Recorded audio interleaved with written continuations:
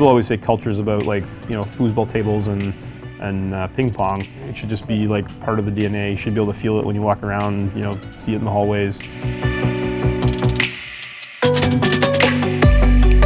The 3 core values are own it, start with trust, and dare greatly.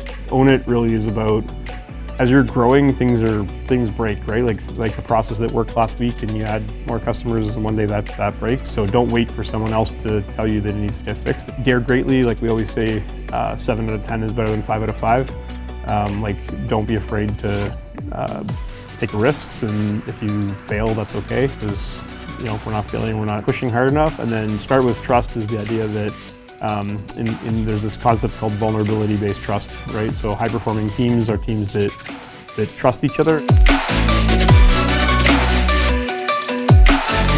We build leadership development programs around that, recruiting, onboarding, product development, all that kind of stuff, customer journey, customer satisfaction, all that stuff is built on those sort of 3 building blocks.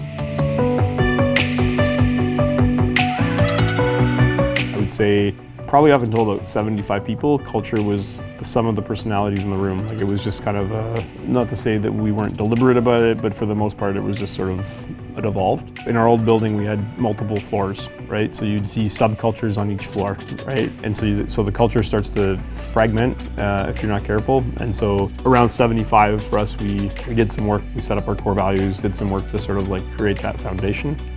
Which was way more scalable, and we could sort of build on it that way. But yeah, that was a tough lesson, was to sort of go from being sort of evolutionary about culture to really intentional and deliberate about culture.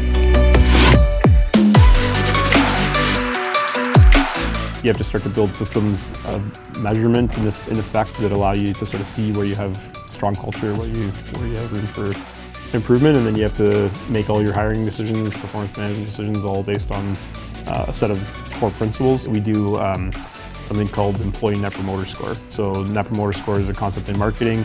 How likely are you to recommend this product to your peer?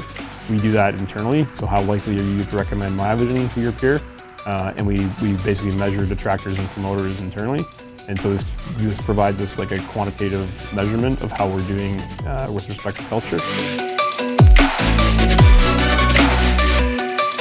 When you're smaller, it's simple things like taking the time. You have a really tough quarter or a successful quarter, like taking the time to celebrate with the team the accomplishments or the failures. And as you get bigger, it's you have to get more systematic about it. Internal communications, town halls.